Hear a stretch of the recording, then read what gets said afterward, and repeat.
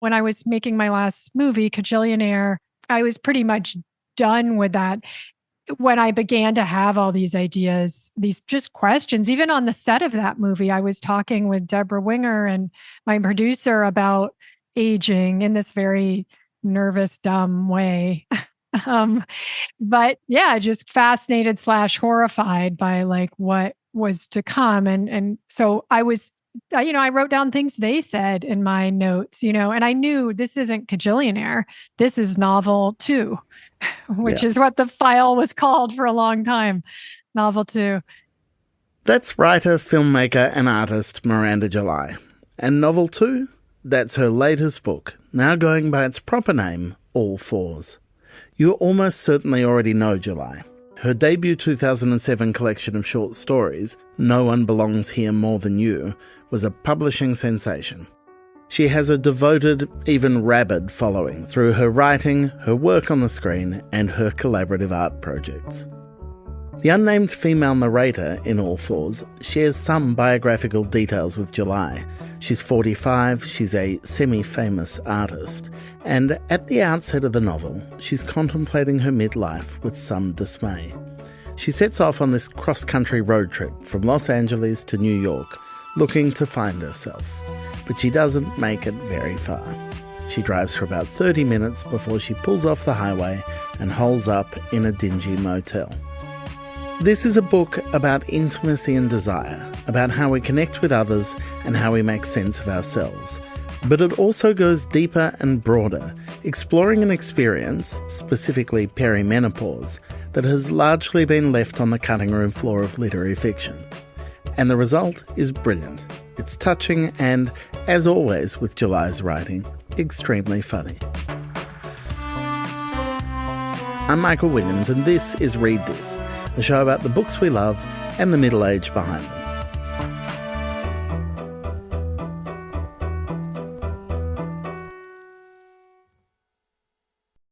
I might kick things off at the very beginning based on an Instagram post you had not that long ago where you said that the very first sentence of the book experienced some rewrites over a single word, the choice of the word trouble.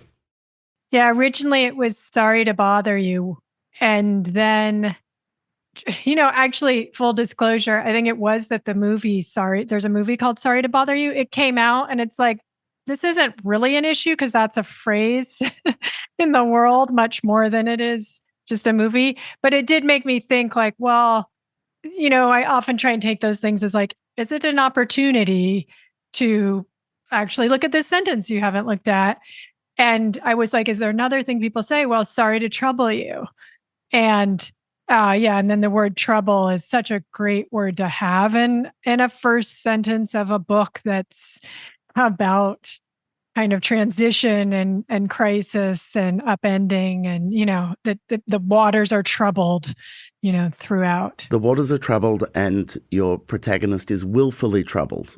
Actually choosing to trouble things is one way of kind of seeing her journey, I think. Right. To resist a kind of peace that has become dishonest. How often, as a fan of your work in different media, how often is that impetus, the desire not to settle, not to have an idea settled, a character settled, to find a way to trouble it, how often is that an engine for art for you? It is true that there's a kind of unrest that you begin to realize is very valuable despite the discomfort of it. And it's certainly, there are major characters in this book that didn't start out that way. And I often would be like, well, why is this woman selling this quilt? Why is she still in here? Why is that scene even here? And to live with that sort of unanswered question until she's either cut or in this case, no, she becomes important. And then with myself, with this book, I resisted the pull of having a good idea. Usually I'm just down on my knees, looking up at the sky, being like, whenever you're ready, I'll take the lightning bolt of my next movie or book. And it comes, it actually does. I think it's through a long process of sort of openness and soul searching and research. But eventually there is this kind of moment where the story rushes in. And with All Fours, I had the sense that if I just put notes on what I was interested in into a file for as long as possible, and each time a story idea came knocking that could hold all these notes, and these notes were about gender, aging, femininity, marriage, sex, desire, each time a story came knocking, I'd be like, too soon, too soon. This territory has to grow. It has to deepen. And I think the book reflects that. Like, to me, I'm like, oh yeah, this book is wider and deeper and encompasses more voices and more other women than I could have done if I just happily gone into a story from the get-go. So it is living with that sort of troubled, unsafe feeling. When does voice come in? When do you find your character as a discrete human being with their own voice and who is capable of surprising you?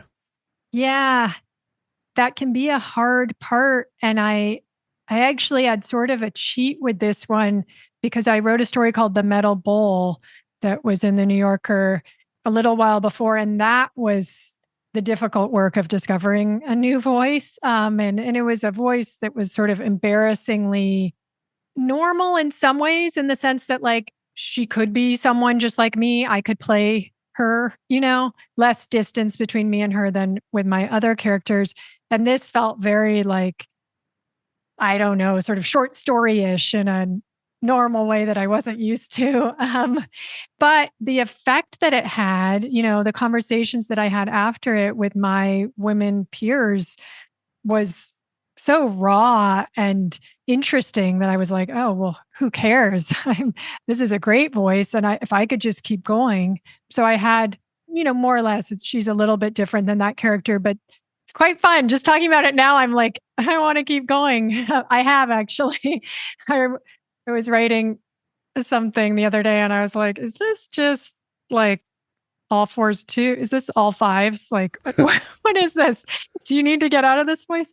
But it's hard to kick her. Now you've got the name All Fives, you really can't resist it either. It's literally the worst name. That is your girl band version of it's fabulous. It's a kind of ludicrously fun.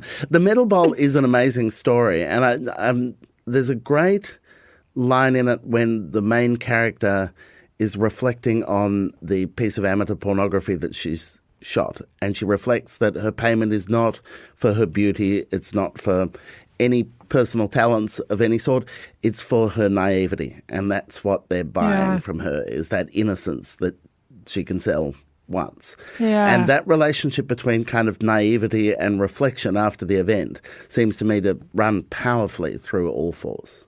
Right.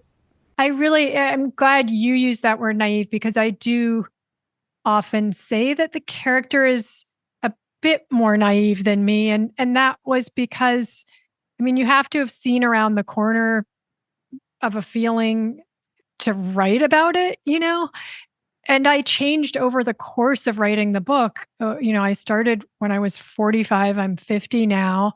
And there were things I really outgrew, but I thought, oh, it's so valuable. It's so valuable, like her kind of borderline misogyny, in a moment, like it's awful. And I worry sometimes, people quote books a lot these days online, and it's just some horrible thing that the narrator thought. And then it just says Miranda July.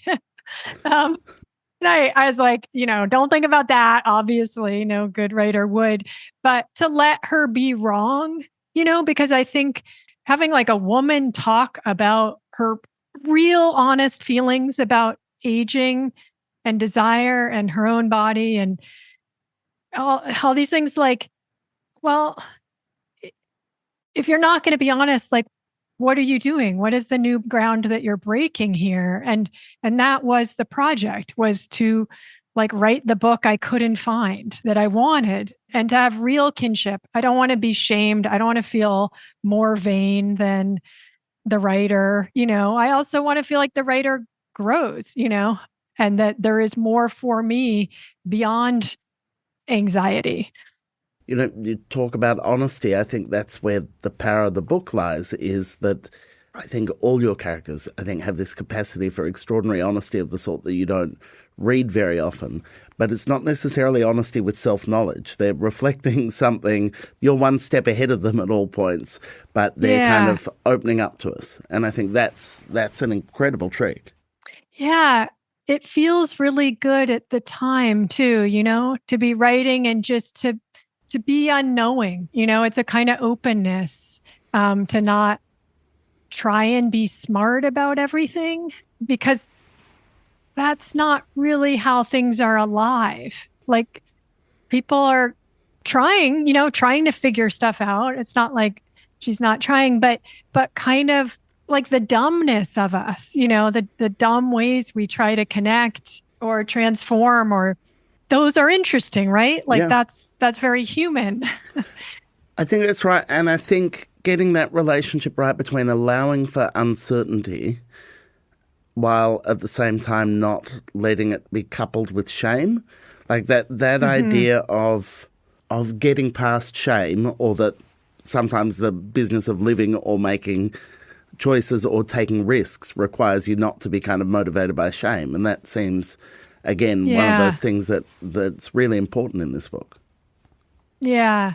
I mean, I started out writing it, frankly, just kind of embarrassed to even have to show how old I was. Like, talk about shame. I really, like, you just start where you start. And in the first few months, I was like, is this really a good idea? Because then I can't sort of fudge my age for a long time as people do. And then I was like, well, but really, that's such a small reward. And what writing the book offers is a much richer life than this kind of, I mean, it is really what's offered to women past a certain age is really so little that risk-taking, it starts to feel less risky. It's like, what am I losing? I'm going to be ignored less meanly if I don't do this. I mean, now in retrospect, I'm like, I think almost in every interview, I sort of state my age just because I'm trying to help people kind of orient themselves. And I also, there's also quite a lot of young women reading this book. And that's part of the project too, is to allow young women to have something to connect the dots to in the future. There's a cliff on the cover of the book that's sort of quite resonant. And I think part of the reason that this time of life feels like a sudden cliff, like you've suddenly entered a mapless place, is because it's so under-described, because it's, I guess, implicitly humiliating or something, that you have nothing to connect the dots to from younger ages. So you just come upon it very suddenly, and you're like, I don't know what I was assuming. I guess just more of this, more of my young self, but I just somehow it was all going to work out. And so that emptiness, just lack of kind of imagery and even basic information about your body, your hormones and stuff, which literally just a few years ago, there was like endless information about your reproductive system. Like, everyone wanted to be involved. So it's actually quite useful to kind of peg these ages just to allow young women to have something to move towards. In preparation for writing this book, or in the lead up to it, you spoke to a whole lot of gynecologists. You wound up doing a kind of menopause deep dive. Tell me a bit about that process and its relationship to the writing of the book. At the time, in the time that I've written the book, things began to change. So, for example, near the end of writing the book, there was a New York Times magazine cover article called "Women Have Been Misled About Menopause." Huge article, very important. A lot of the information in that I knew, not to toot my own horn, but I had also come to the same conclusion, but that article hadn't come out yet. So I did for a long time think that I needed to be the one to explain that women had been misled about menopause. And so I had the task of writing this very informational, educating book that was really hard, let me tell you. Then actually what happened was a book called What Fresh Hell Is This? A book about perimenopause came out like during the pandemic. And it's a great book. It's relatable. It's the book I would want. I would not want Miranda July poorly educating me about it. And I actually hunted down that writer and I talked to her and she was like, how great that it's a novel. You're free. And from that point on, I took out an incredible amount of pages. And then I realized like, oh, all these things that happen to our body are so shape-shifty. I mean, the reason we get influenced by Googling something online, whatever ailment, is because like we really have no idea. It's just filtered through all our own needs and plans, and is we can't see inside ourselves. We don't even really know where our organs are. I mean, I don't. And so I let perimenopause be like that, and the information to be this kind of funhouse mirror for the narrator. Like things loom huge at certain points, and then they get smaller and shrink when she's shifted through a certain phase, and that has its own strange accuracy. We'll be back in a minute.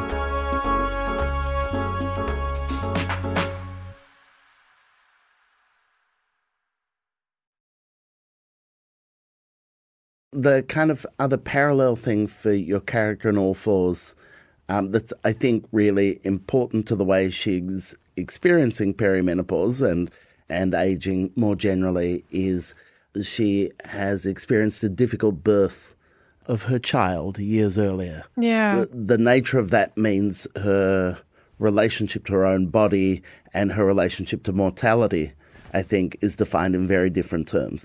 Was that always there in the story? Yeah. I did have in those early novel 2 notes stuff about how trauma stays in the body, first of all. Like if this is a book about this woman's body and desire and dance and all these things, it also holds this. It also holds this not just trauma, but like sense of mortality, where it's like death has entered your life at a certain point and it's not leaving. You have to form a relationship with it. And maybe that's okay. Maybe that is leading you as much as lust to different relationships.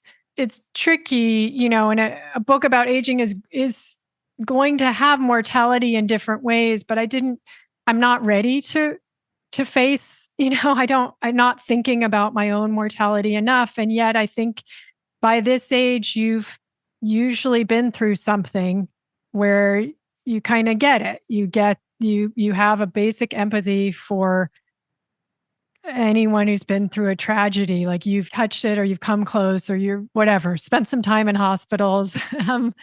And so that seems so important because it's part of what's meaningful about getting older too, is that you have that to connect with, even connecting with someone, very unrelatable otherwise. If you had that in common, that would be like a very spiritual joining. One of the ways it functions for your character, partly because it's tied with parenting, is the ways in which it locks her into a sense of responsibility as well. When you know the fragility of the people that you love, you feel the impossibility of letting them down or being away from them. And I think you make the case in the novel in myriad ways, but particularly for women, that limiting of possibilities after a certain point because of the ways in which life accrues a sense of responsibility to others it makes for a beautiful dramatic tension in the book. Yeah.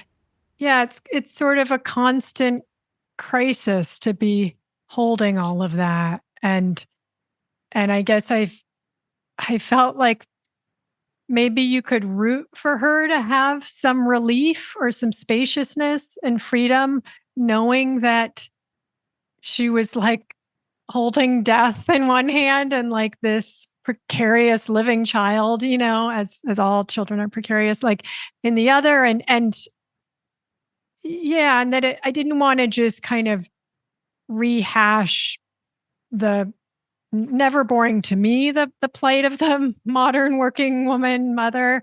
But I guess, you try and do it in your own way, and it's piercing. It's like not there's nothing mundane about it for her.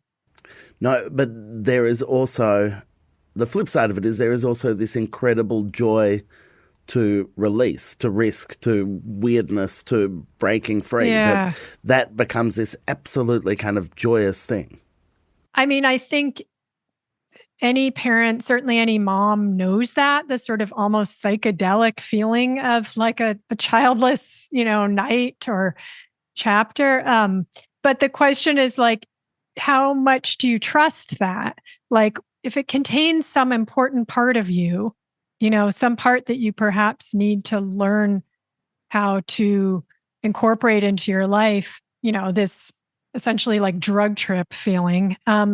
Well, how is that done? And how is that done responsibly? And is that allowed? What are the examples of how you do that? How you bring that that free sense of yourself into this family structure? Does the structure have to change? Yeah. And not just letting go of shame, but letting go of guilt, trying to work out the role for selfishness in a family unit as well, or the ways in which, as you say, that structure might need to change to accommodate the various ways in which people grow and change. Right. Yeah, it does, to me, still always seem staggering that we're doing marriage in the same way since it was invented.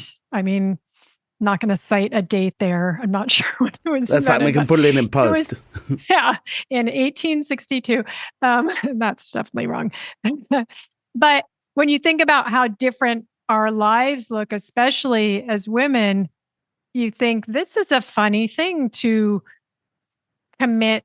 Like, we're going to sleep in this bed together in the same house for the rest of our lives, because that is a core tenet of the marriage, and it's like, if you pull at one thing, if you're like, well, are we? Like, is that best? Is that what everyone really wants? Then it's sort of like, well, the whole thing is up for grabs. Like, why are we doing this? What do we really like about it?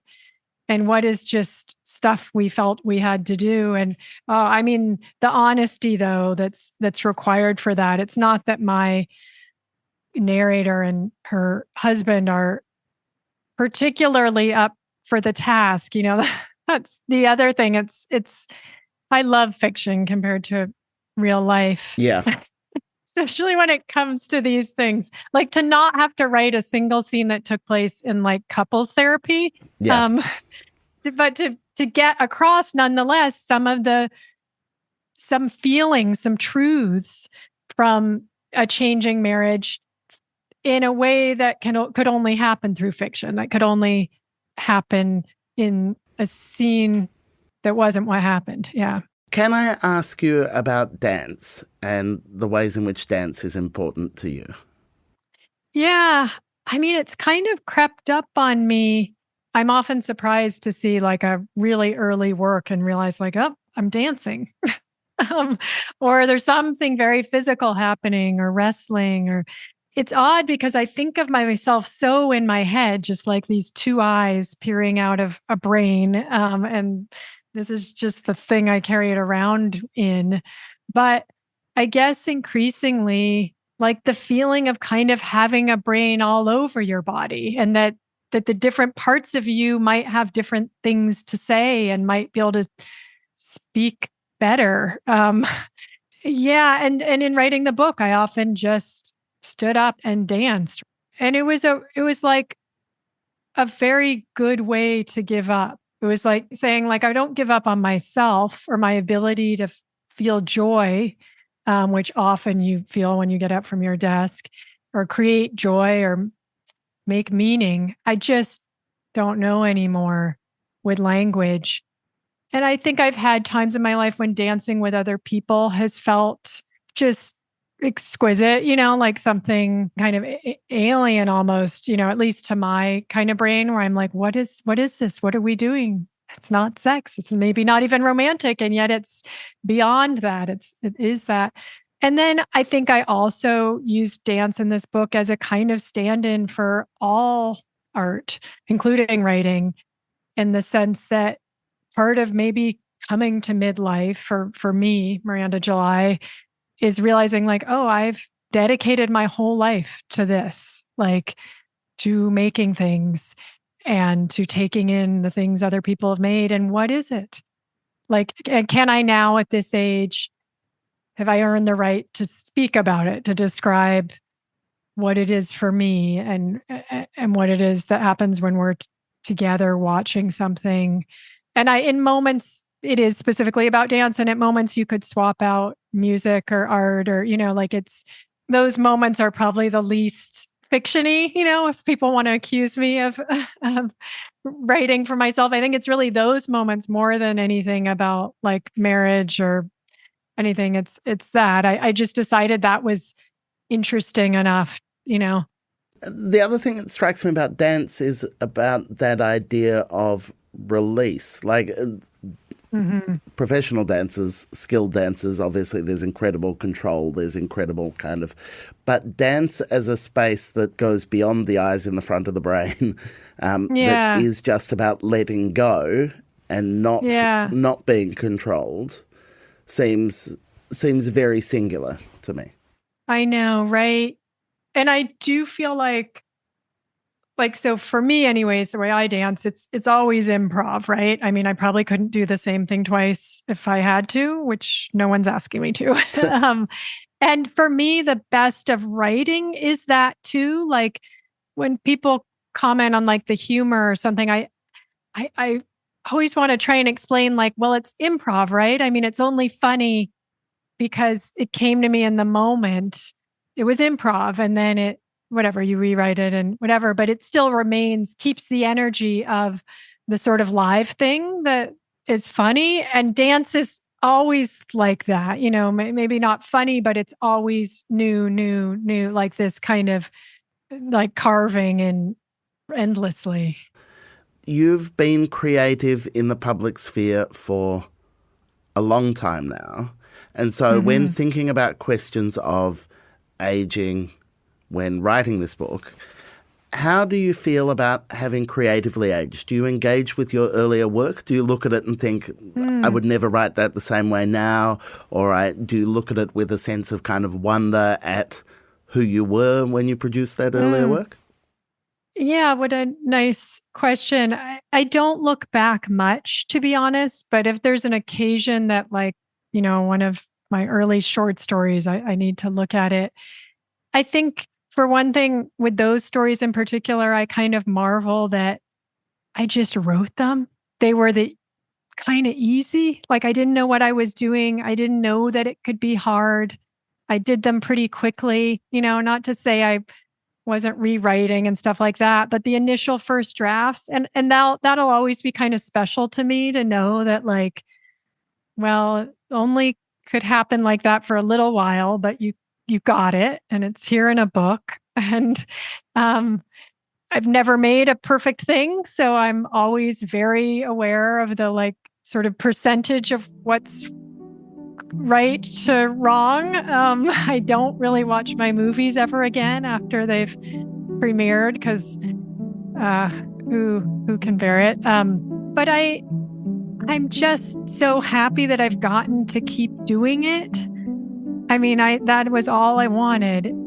So I think looking back is often just a feeling of that, of like, like some road behind you indicates like you got what you wanted. Yeah. To keep going. Miranda July's new novel, All Fours, is available wherever you buy your books. Her short stories have appeared widely, including in The New Yorker, and are also worth checking out. And that New York Times piece she mentioned, Women Have Been Misled About Menopause, that was by Susan Dominus. There's a link to it in the show notes.